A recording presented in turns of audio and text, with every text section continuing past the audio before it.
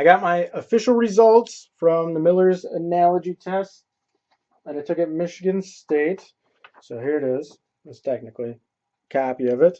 And to send it into Mensa, the high IQ society that I took it for, which I qualified for, you have to be in the 95th percentile on this test, which was a graduate school entrance exam.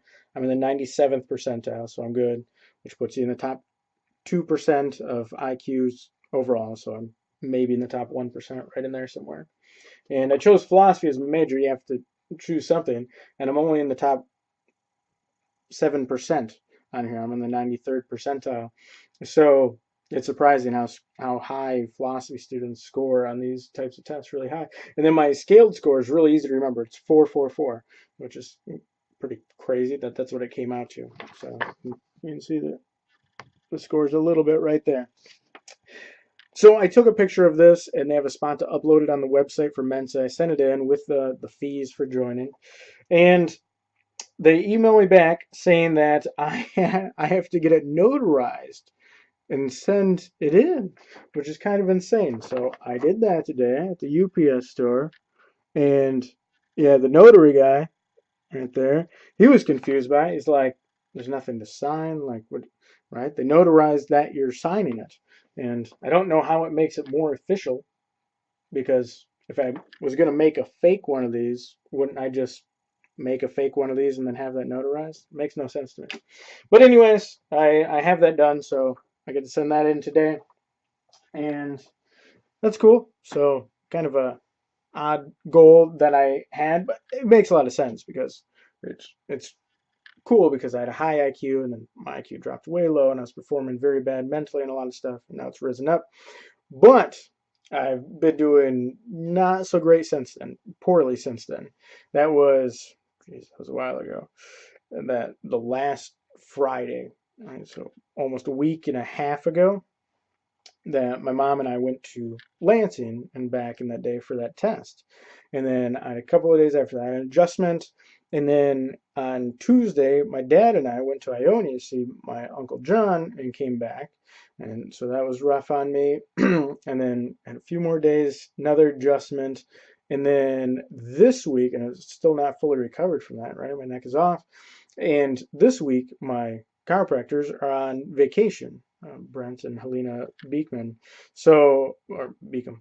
And so I am not getting adjustments this week, which is pretty crazy. They have some people filling in for them, but I'm kind of particular with my neck because things can go wrong for long periods of time if something goes wrong. So it's kind of crazy. I'm not getting an adjustment this week, and so next week I'll get my adjustments again on Monday and Thursday, and then we'll see how I recover after that. Overall, I haven't gone down as far as I was or as quickly as I was before. So definitely progress there. And I mean, I put a lot of hours of driving in there. So I think that's good. That's good. And it bodes well, hopefully, for the May trip that me, my mom, and my aunt are taking to Nebraska, because that's going to be a lot of driving, more driving than to Ionia or Lansing, or Ionia and Lansing added together. It's going to be a lot of driving, a couple of days without a chiropractic appointment, and then a long drive back. So hopefully that bodes well. But one thing checked off the list, kind of an odd goal, it doesn't lead anywhere in particular. That's what people are always wondering about, other than a cool story that I'm sure I'll make into a speech or something at some point. And yeah, other than that, still I've just been teaching, doing the diet stuff, which is going pretty good. I've expanded out. I even had a glass of wine, which I haven't done in a long time because that was affecting me very badly. And it was, I could feel it, just one glass of wine, which wasn't huge, Moscato, so a lot of sugar in it too. And I could feel it that night, and Mom and I had a glass of wine on Easter. It's our own little celebration, a glass of wine. And I could feel it that night, and then the next morning, I think I could feel it even a little bit, but I recovered pretty quick from it. So that's very interesting too, because something there has made me more resilient to alcohol then.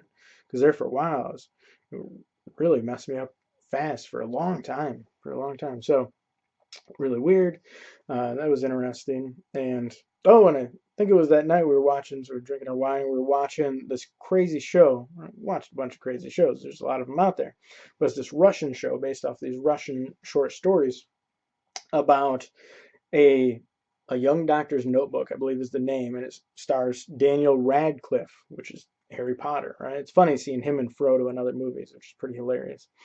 And or other television shows in this case. And it's very short. It's 2 seasons with 4 episodes each, and only 20 some minutes, 25 minutes, something like that. And it was a weird show. It was interesting though. I think the short stories might be interesting. I had to stop it though. I had to watch it on my own because mom couldn't take it. So at one point there's this hilarious joke, which is kind of funny for some people, right? The doctor, is trying to saw off this girl's leg. She got like stuck in a lathe or something, damaged both of her legs, so he's going to amputate her legs. And right, he starts doing, he like cuts apart the flesh and everything from the bone, and then he's like, "Is she dead?" And they're like, "No." He's like, "Oh." And so he starts, and then he has this dull blade. It's like,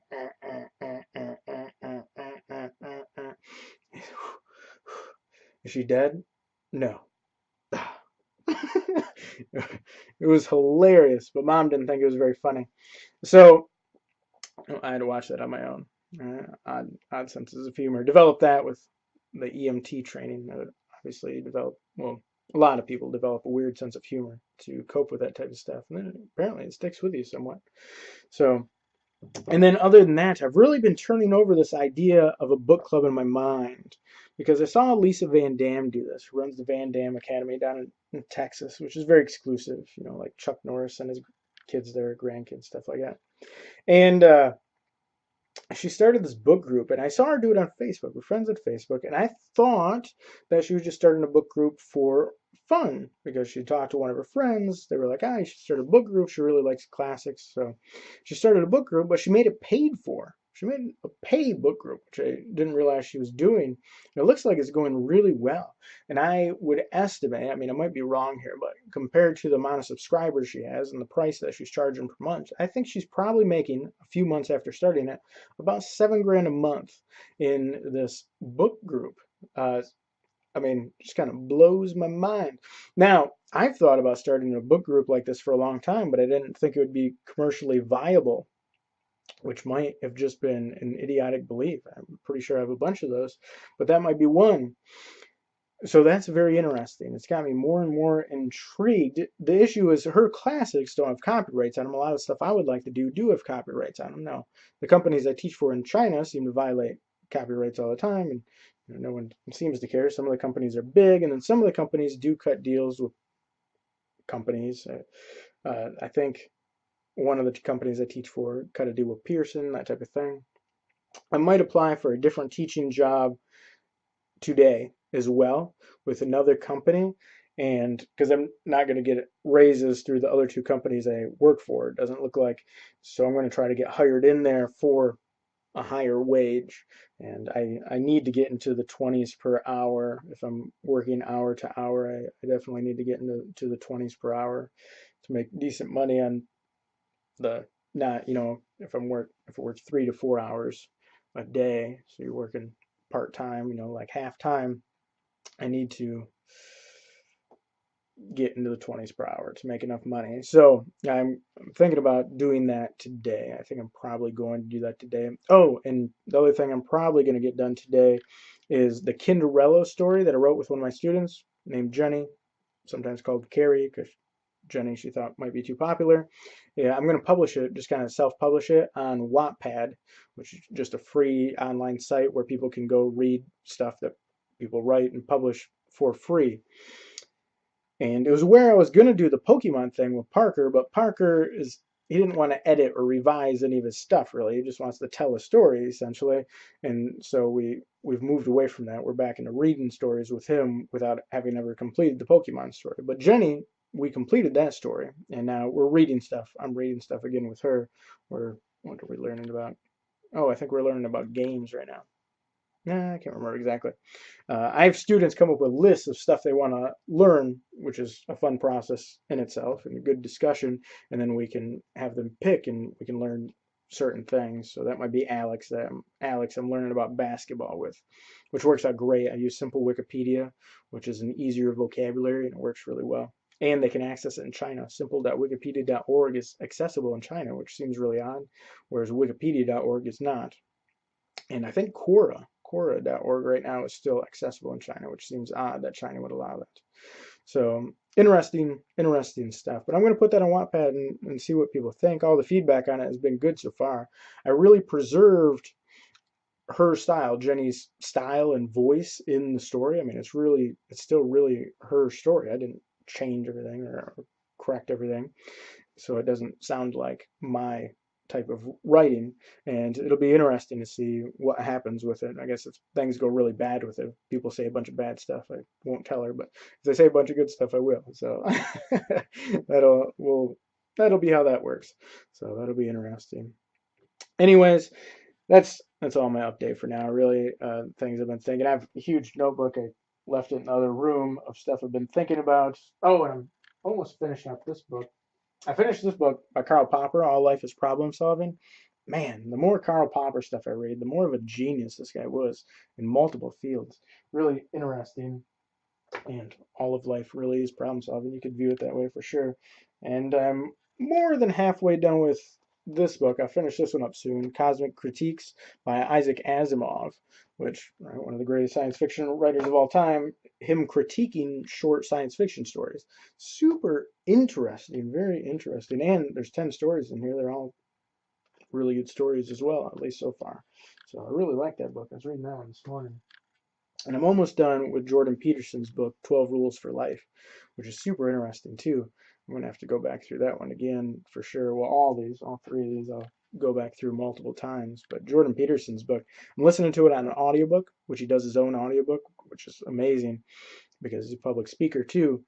But I'm going to have to get the print book and read it so I can underline and at least underline and maybe make notes in it too, because it's just so jam packed. It's really interesting. All right. Anyways, now until next time,